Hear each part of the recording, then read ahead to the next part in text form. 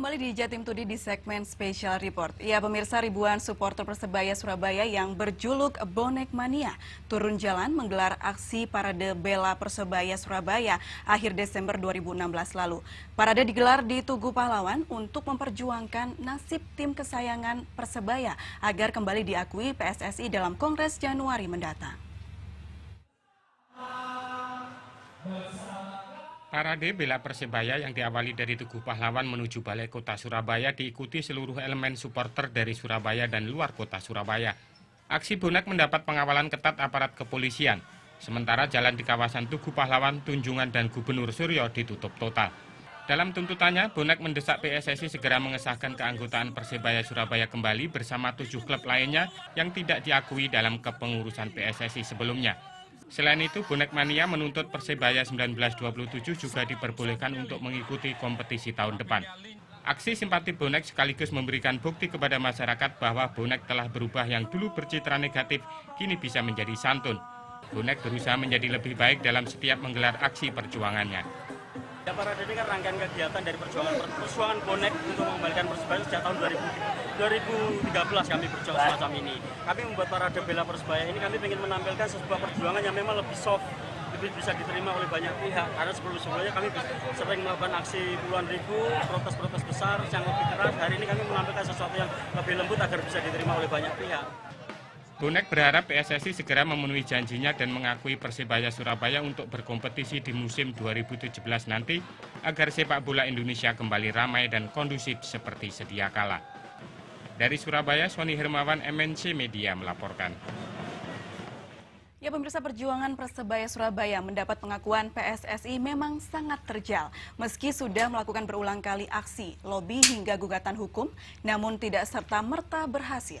Meski demikian, ada secercah harapan saat Ketua Umum PSSI Letjen TNI Edi Rahmayadi bertandang ke Surabaya mengatakan akan membahas nasib Persebaya dalam Kongres Tahunan PSSI di Bandung 8 Januari 2017 mendatang.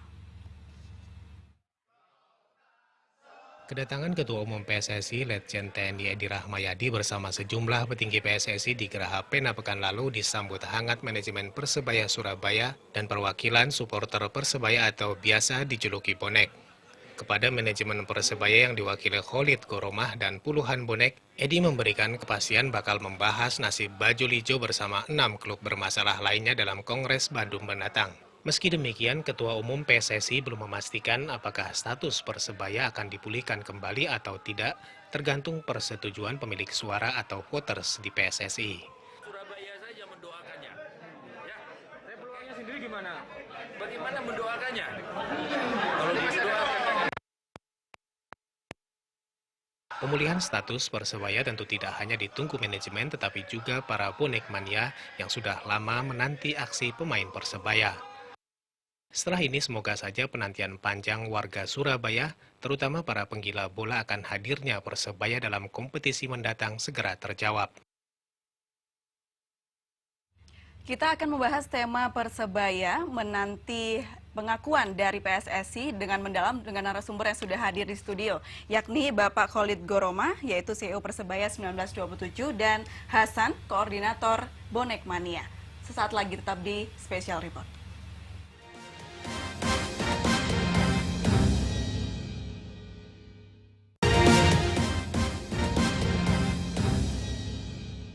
Terima kasih masih bersama Special Report di Jatim Today. Ya, pemirsa, kali ini kita sudah berkedatangan tamu yaitu Bapak Khalid Goromah, CEO Persebaya 1927. Selamat sore, Bapak. Selamat sore. Mas Hasan selaku koordinator bonek. Selamat sore, Mas. Sore. Kita akan membahas terkait tentang Persebaya menanti pengakuan PSSI, betul ya? Tapi sebelumnya kita akan membacakan dulu paket yang satu ini, yaitu Pengadilan Niaga Surabaya akhirnya menolak gugatan PT Mitra Muda Inti Berlian terkait logo dan merek Persebaya terhadap PT Persebaya Indonesia kemarin. Keputusan ini disambut gembira ribuan supporter Persebaya 1927 yang memblokir jalan raya di depan pengadilan.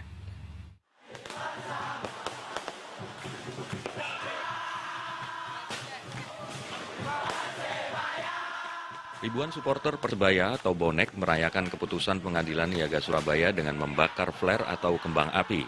Kedatangan ribuan bonek yang memblokir Jalan Raya Arjuno di depan pengadilan negeri praktis tidak bisa dilalui. Sementara ratusan aparat kepolisian disiagakan di lokasi. Sebelumnya dalam sidang sengketa dualisme Persebaya antara PT Mitra Muda Inti Berlian dengan PT Persebaya Indonesia yang digelar di Pengadilan Niaga memasuki agenda putusan. Dalam putusannya, Majelis Hakim menyatakan menolak gugatan dari PT MMIB karena logo dan merek Persebaya telah dimiliki dan didaftarkan PT Persebaya Indonesia ke Dirjen Hak Kekayaan Intelektual atau HAKI, Kementerian Hukum dan HAM. Dengan putusan ini, logo dan merek Persebaya tetap menjadi milik PT Persebaya Indonesia yang menaungi klub sepak bola Persebaya 1927. Logo itu memang ada dari penggugat itu mengatakan kita itu dianggap tidak berhak karena ada logo baru itu. Dan kita tunjukkan di dalam dari saksi-saksi fakta yang ada dan dikatakan bahwa dua-dua logonya ini adalah logonya Persebaya. Enggak, artinya kan ini kan sudah. Jadi dikuatkan, jadi dua-duanya akan kita pakai. Dua-duanya akan kita pakai. Karena dua-duanya itu kemarin di pengadilan secara hukum tidak ada masalah. Bonek berharap agar PT MMIB yang menaungi klub Bayangkara Surabaya United menerima hasil putusan pengadilan dan tidak kembali mengajukan gugatan. Mereka juga akan meminta keputusan ini bisa membuat Persebaya 1927 kembali berlaga dalam kompetisi. Dari Surabaya, Sony Hermawan, MNC Media, melaporkan. Ya pemirsa, pada 10 November 2016 lalu memang Kongres PSSI tidak membuahkan hasil tentang status Persebaya di PSSI. Dan itu saat ini menjadi polemik bagi Persebaya dan ingin segera mengetahui apa status dari Persebaya. Dan untuk itu Persebaya akan mengetahui apa dari status PSSI di klub mereka ini. Jadi kita sudah kedatangan CEO dari Persebaya yaitu Pak Khalid. Selamat sore Bapak. Selamat sore. Dan Pak Mas Hasan dari Koordinator Bonek. Ya, Pak Khalid, saya ke Pak Khalid dulu. Hingga hari ini sudah berapa lama sih Pak Persebaya tidak main? Sejak tahun 2013 sampai 2016, 3 tahun ini Persebaya sudah tidak aktif kembali ikut kompetisi PSSI. Tapi tidak berhenti di dalam terus berjuang untuk memulihkan atau menyelamatkan Persebaya kembali. Sehingga manajemen klub maupun bonek itu sepakat bersatu, terus Persebaya ini selalu mengadakan kegiatan baik itu di timnya, di manajemennya maupun di klub maupun di boneknya sendiri. Jadi Persebaya ini bertanding di Madura, di Tuban, berarti masih berkompetisi begitu terus, ya?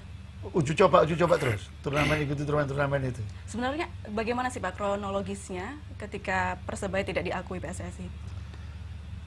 Sebenarnya Persebaya ini harus tidak diakui oleh PSSI. Sampai detik ini Persebaya ini tidak pernah dicabut status keanggotaan oleh PSSI atau tidak diakui oleh PSSI. Tidak ada satu lembar pun surat yang dikirim ke manajemen Persebaya, nggak ada sama sekali surat itu. Dan Persebaya selalu terus ikut aktif di dalam kompetisi PSSI sampai tahun 2011 di bawah Ketua Umum Juara Arifin yang dipilih secara sah oleh voter oleh anggota PSSI sendiri di Kongres Solo. Itu Persebaya adalah salah satu peserta Kongres dan mengikuti kompetisi juga waktu itu yang mengganti operator dulu, kalau yang dulu zaman Nurdin itu ESL, operator diganti dengan nama IPL.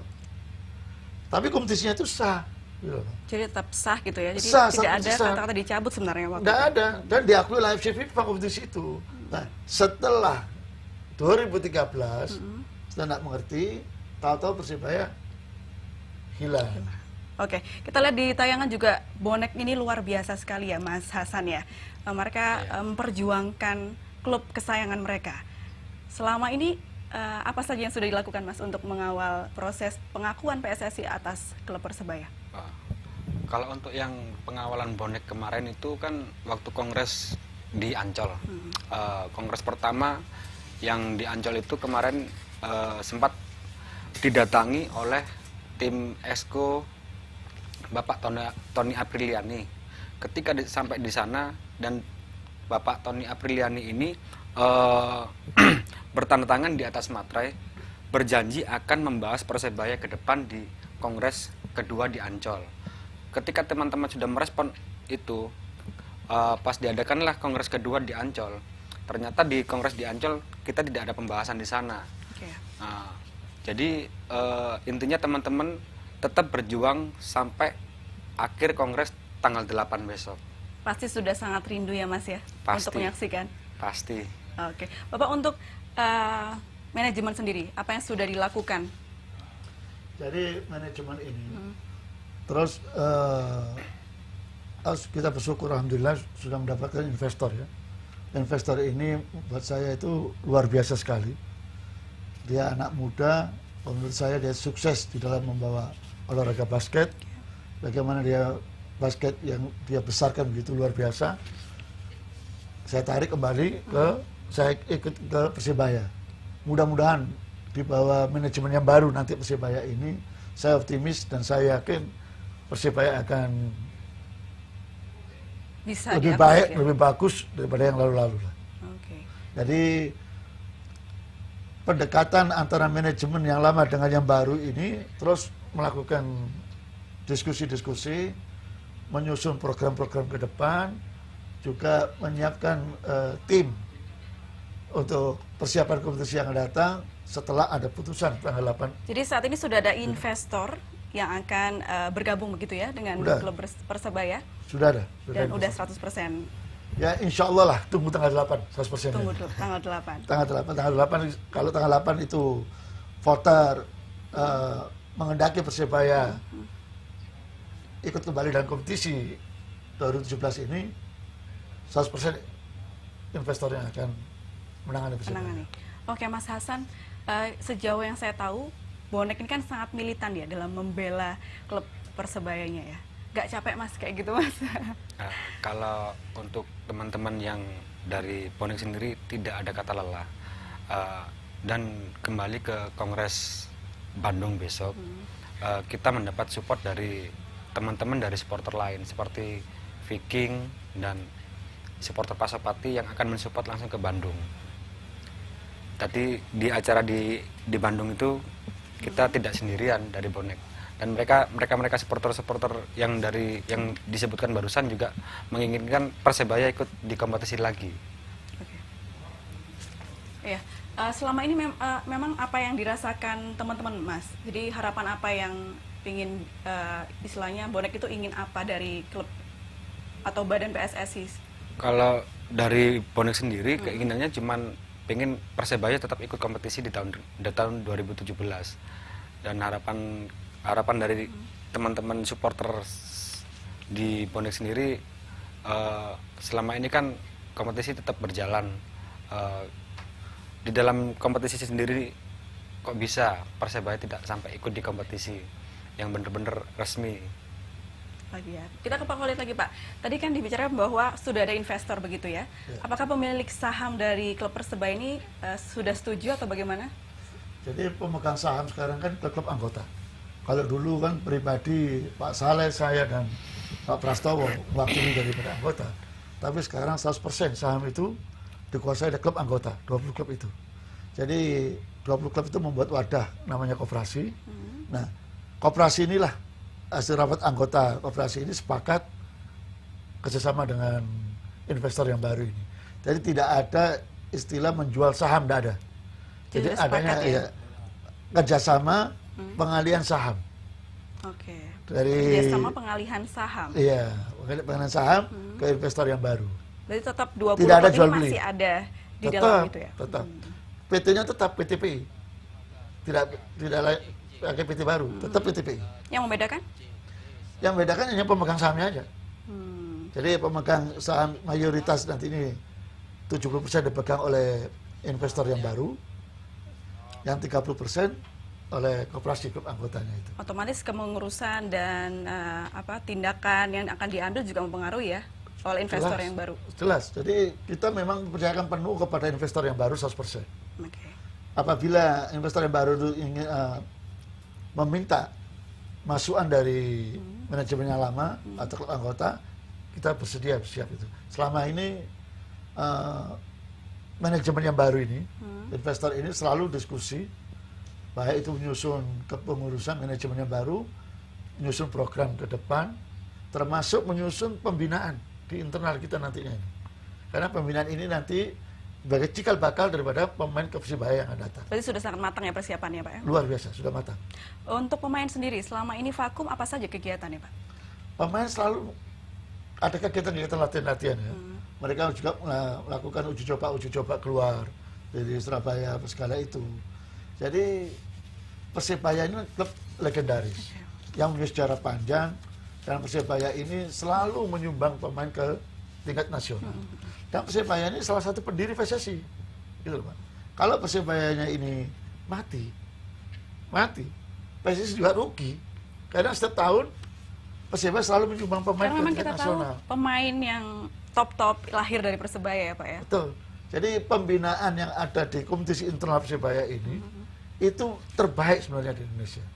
Karena apapun yang terjadi, mulai dari amatir sampai Galatama sampai ke profesional ke ISL, kompetisi internal tidak pernah mati, terus berjalan. Iya. Sehingga kita buat klub yang namanya itu Surabaya Muda, Bajul Ijo, ada Surabaya untuk ikuti kompetisi nasional. Berarti itu Amatir. dia yang membuat operasional tetap jalan ya Pak, meskipun Persebaya tidak ikut kompetisi PSSI. Tetap jalan. Apalagi kalau nantinya ini Persibaya sudah diikutin kembali di kompetisi.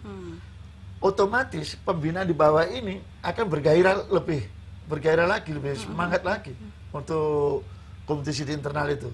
Dan kompetisi internal ini sudah disusun rapi, tinggal mengelindingkan waktunya untuk antara bulan Januari dan Februari untuk kompetisinya. Berarti ada kabar yang mengatakan di mana Persebaya sudah vakum dan hampir pilot, itu tidak benar ya? Itu tidak benar. Itu tidak benar. Sebenarnya Persebaya ini tidak pilot. Kalau Persebaya tidak dimatikan. Investor yang lama pun sebenarnya tetap mau melanjutkan daripada Persebaya ini. Tapi karena Persebaya dimatikan, siapa investor yang mau gitu loh. Oke. Mas Hasan, percaya nggak sama penjelasan dari Pak Khalid? Kalau dari bonek sendiri kan punya ranah sendiri Mbak. Supporter kan punya ranah sendiri. Kalau supporter kan mempunyai batasan. Dari kritikan kita ke manajemen, dan manajemen harus meneruskan apa yang dikritik dari supporter itu tadi, gitu Mbak. Jadi kalau supporter melangkah terlalu jauh, bahkan kita melangkahi langkah dari manajemen. Jadi untuk saat ini ngikut saja gitu ya. Ngikut. Bonek percaya kalau yang dilakukan manajemen yang terbaik, seperti itu ya? Iya, kita tetap mendukung langkah manajemen. Oke Pak Khalid, bagaimana dengan nasib para pemainnya saat ini, tetap main di Persebaya atau bagaimana Pak? Jadi kalau pemain-pemain yang ada sekarang ini, itu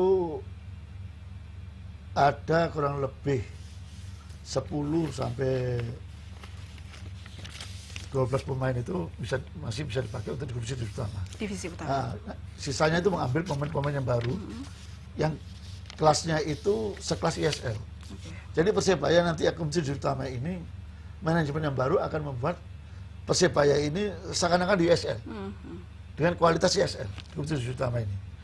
Karena kompetisi yang akan datang sangat ketat sekali, sangat selektif. Apalagi target harapan daripada klub anggota maupun bonek, itu Persebaya betul-betul bisa berprestasi dengan manajemen yang baru. Tuntutannya ini luar biasa sekali terhadap, karena apa? Masyarakat bonek apa sekarang ini sudah rindu dengan panggung, dengan stadion ini. Ingin nonton, ingin lihat klubnya berprestasi segala itu. Karena itu manajemen dapat tantangan sekarang. Mereka harus berbuat yang terbaik, bagaimana bisa memuaskan daripada. Jadi ketika Persebaya tampil, sudah semuanya siap begitu ya Pak ya? Insya Allah. Oke, kita akan lanjutkan kembali nanti, tetap di Special Report setelah jeda yang berikut.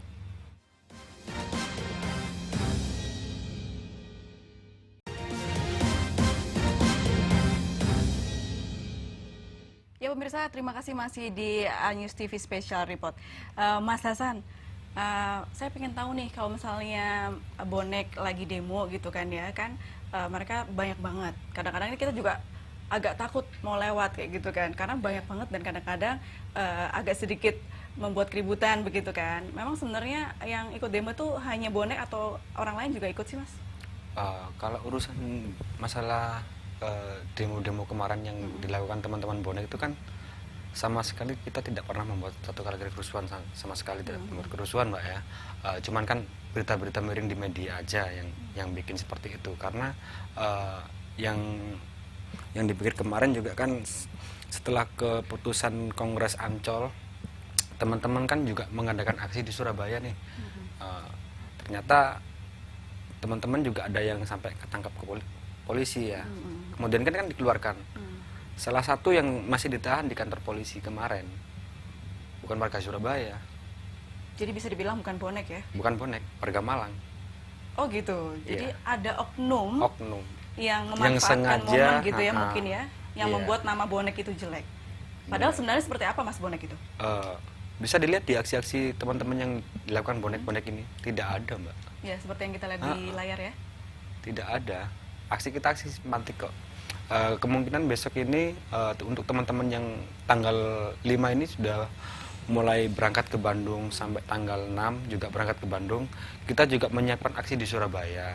Aksi simpatik di Surabaya, nggak tahu itu tempatnya belum dirapatkan. Tempatnya itu antara di Taman Apsari dan Mes Karanggayam. Kita juga ingin mengundang semua pemain-pemain Persebaya untuk menyikapi hasil kongres yang ada di Bandung. Nanti nih Mas, misalnya ya kongres di Bandung tidak sesuai harapan, teman-teman bonek akan seperti apa? Mungkin Mbak ya, mungkin kalau kongres yang di Bandung ini tidak sesuai yang diucapkan ketika Pak Edi Rahmayadi di Surabaya, kita bisa lihat nanti kejadian yang di Surabaya itu seperti apa. Tapi kita masih berharap untuk Pak Edi sendiri, sekelas Pak Edi sendiri, ketika memberikan jaminan dan datang langsung ke Surabaya menemui teman-teman bonek, itu sudah luar biasa, Mbak. Oke.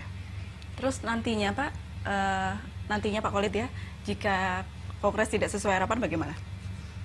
Saya optimis dengan kedatangan Pak Edi beserta jajarannya, Wakil Ketua Umum, dua-duanya hadir, Joko Driono dan si Iwan Budianto, Sekjennya hadir juga, Adi Wellington juga, Ketua Bidang Administrasinya, si Pak Tio hadir. Itu suatu hal yang luar biasa. Itu sebenarnya sinyal buat Persebaya. Sinyal buat Persebaya untuk ikut kompetisi lagi yang akan datang ini. Jadi saya sangat optimis dan saya yakin voter pun juga saya yakin mereka juga tergugah ingin juga memulihkan Persebaya kembali ikut kompetisi yang akan datang. Karena yang rugi juga baik PSSI maupun Persebaya sama-sama rugi. Apa manfaatnya dengan membantu Persebaya? Apalagi Persebaya ini sering menyumbang pemain ke tingkat nasional. Oleh karena itu, harapan saya di bulan 8 Januari ini, saya optimis dan saya yakin bahwa pengurus PSSI maupun voter bersama-sama ingin berarti dari pihak manajemen dan bonek sendiri yakin ya nanti tanggal 8 Januari sangat yakin Persebaya dapat kembali membanggakan Surabaya begitu ya? Sangat yakin. Oke. Pak, saya ingin tahu bagaimana Pemkot Surabaya dalam membantu Persebaya untuk dapat berkompetisi di PSSI. Itulah harapan saya kepada Pemkot Surabaya untuk ke depan ini. Persebaya ini sejak melepaskan diri dari amatir ikut kompetisi profesional, sebenarnya masih perlu di backup, masih perlu dituntun dengan diberikan fasilitas kemudahan-kemudahan infrastruktur, umpamanya sewa lapangan, biaya sewa lapangan. Karena biaya kompetisi ini dan biaya yang dikeluarkan oleh manajemen ini itu tidak kecil, besar sekali. Dan tidak ada bantuan sama sekali dari Pemkot. Karena memang sejarahnya dulu waktu Bambang DH ya Pak ya, itu dana mengalir dengan lancar begitu ya. Jadi untuk saat ini bagaimana? Oleh karena itu dulu waktu zamannya Pak Bambang DH, wali kota, APBD masih dibolehkan untuk sepak bola profesional. Tapi saat ini kan sudah tidak boleh lagi itu, ya kan? Nah, tinggal sekarang ini harapan kita kepada Pemkot, pada Bu Wali, dan insya Allah ya Bu Wali akan mau membantu meringankan beban daripada manajemen yang baru ini untuk umpamanya pajak pertandingan, sewa lapangan. Gitu. Nanti begitu manajemen ini Persebaya ini sudah mulai surplus, atau ada keuntungan, silakanlah tarif normal itu diberlakukan. Tapi untuk sementara ini sama-sama memikul beban karena investornya juga berat melakukan biaya tidak sedikit. Dalam satu musim kompetisi itu sampai 30 miliar. 30 miliar. Iya, 10 bulan. Gitu. Lalu apa bantuan yang diberikan oleh Pemkot kepada investor baru ini? Nah, padahal Persebaya ini menghibur masyarakat Surabaya.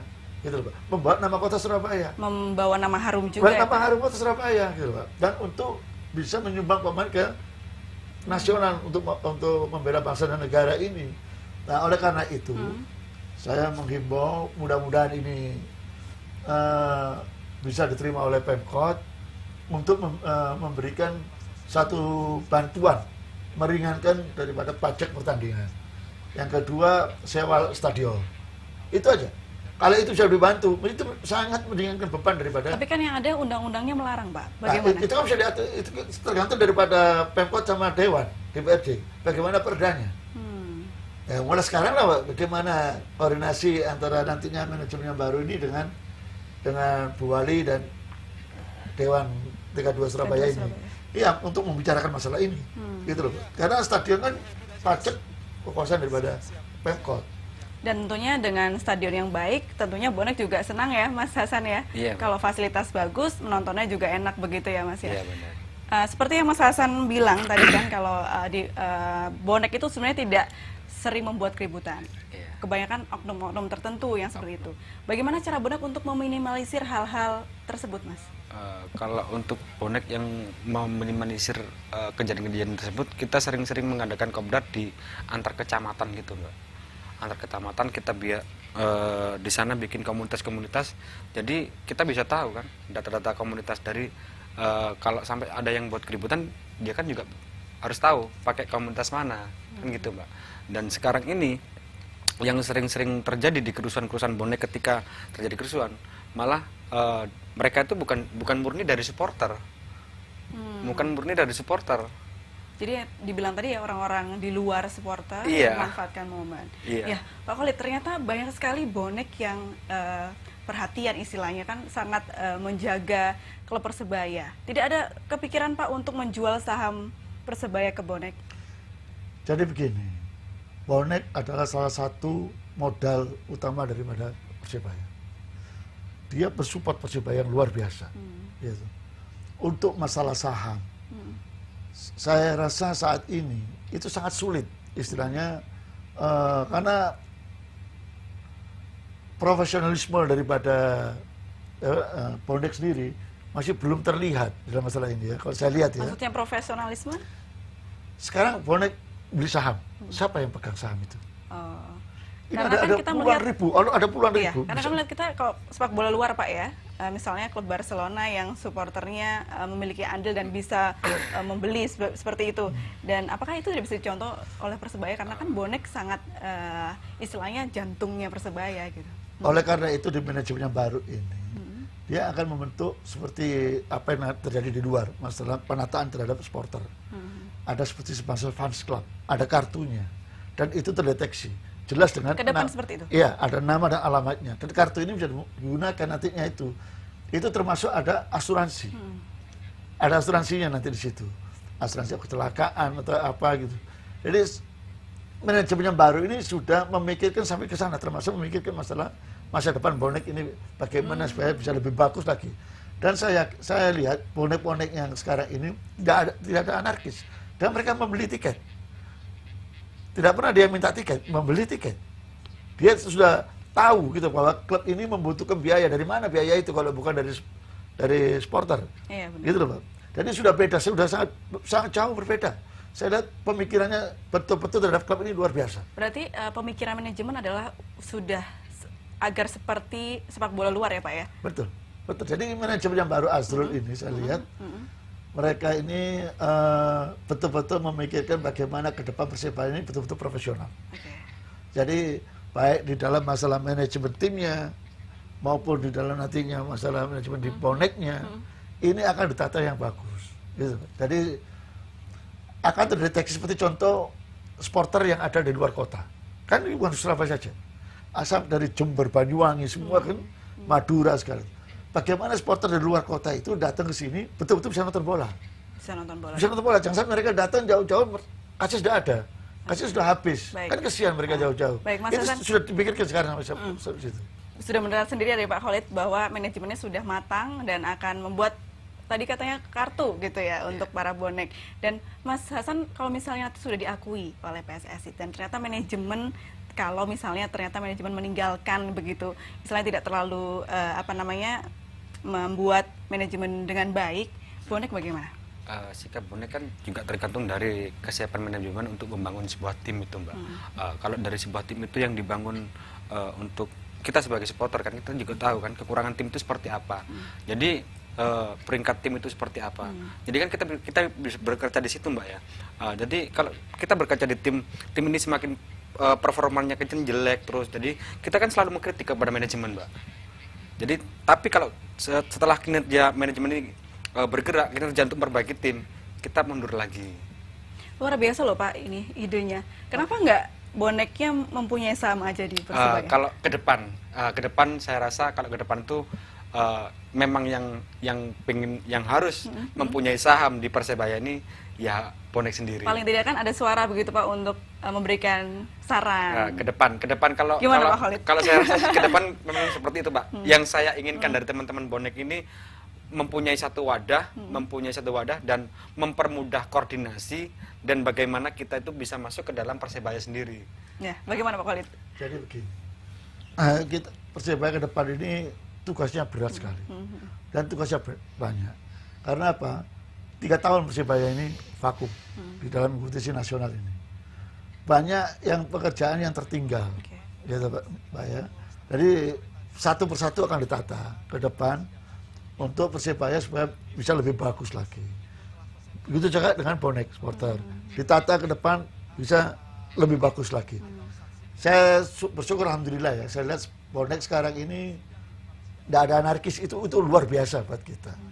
Lihat berapa kali demo-demo turun ke bawah, nggak ada mereka itu penjara-penjaraan di Surabaya atau memecah-mecahi mobil-mobil apa segala itu. Saat-saat ini sudah tidak pernah dengar lagi seperti itu.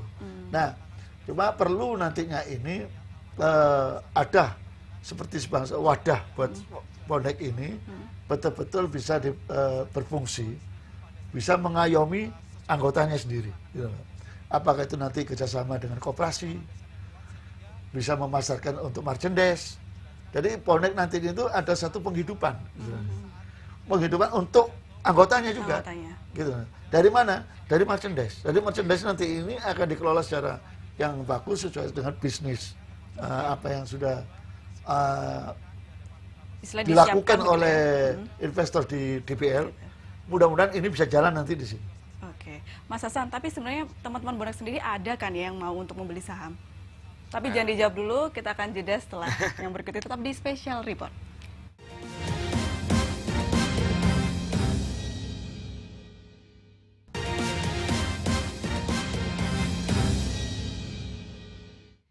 Masih di Special Report iNews TV. Ya, kita masih membahas tentang Persebaya yang akan menuntut pengakuan dari PSSI. Ya, Mas Hasan, bagaimana tadi? Masih adakah bonek-bonek yang ingin membeli gitu saham dari Persebaya? Kalau masih teman-teman yang ingin memiliki saham di Persebaya juga sebenarnya ada.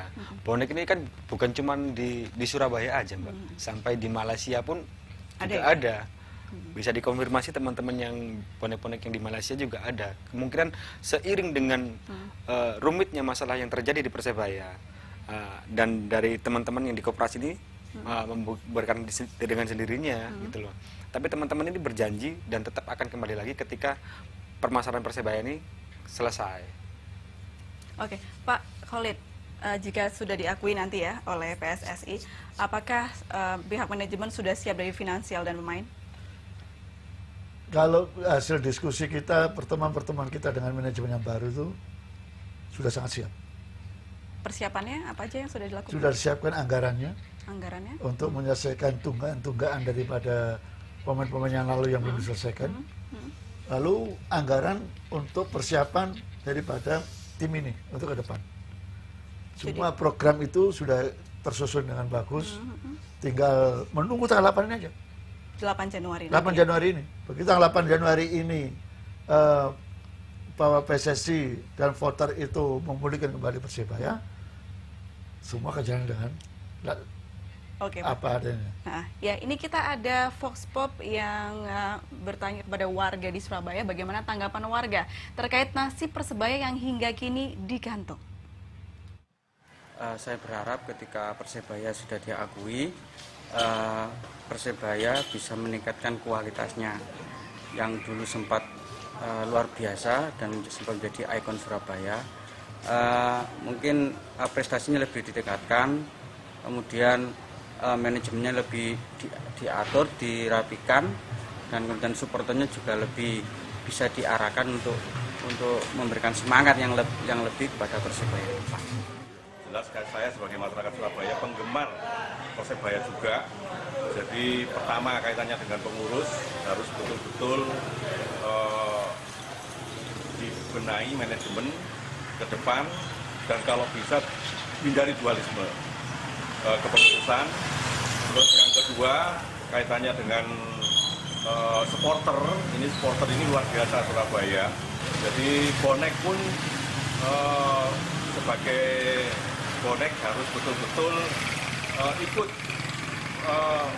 membantu eksistensi tentang Persebaya ke depan. Jadi hindari pertikaian sesama supporter. Jadi seperti itu. Jadi hal-hal yang nanti akan membahayakan Persebaya yang akan kena sanksi lagi itu harus dihindari. Harus diingat bahwa sekarang eranya era industri sepak bola, karena semua klub sepak bola di Indonesia sudah harus membentuk satu badan hukum. Dengan demikian maka Persebaya dengan berubah status badan hukum maka harus betul-betul fight dalam sisi anggaran.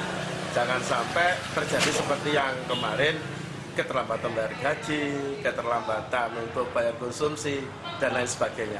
Maka dari itu harus bentuk pengurus yang betul-betul fight, settle, seperti dalam dunia-dunia usaha lainnya. Ternyata banyak sekali harapan dari warga Surabaya ya, Pak dan Mas Hasan. Apakah bonek percaya manajemen yang sekarang akan membawa Persebaya lebih baik lagi? Insya Allah kalau manajemen sekarang kita sangat-sangat percaya, karena kita lihat dari kinerja Mas Asrul sendiri untuk membangun sebuah tim di BL sudah sangat-sangat sukses.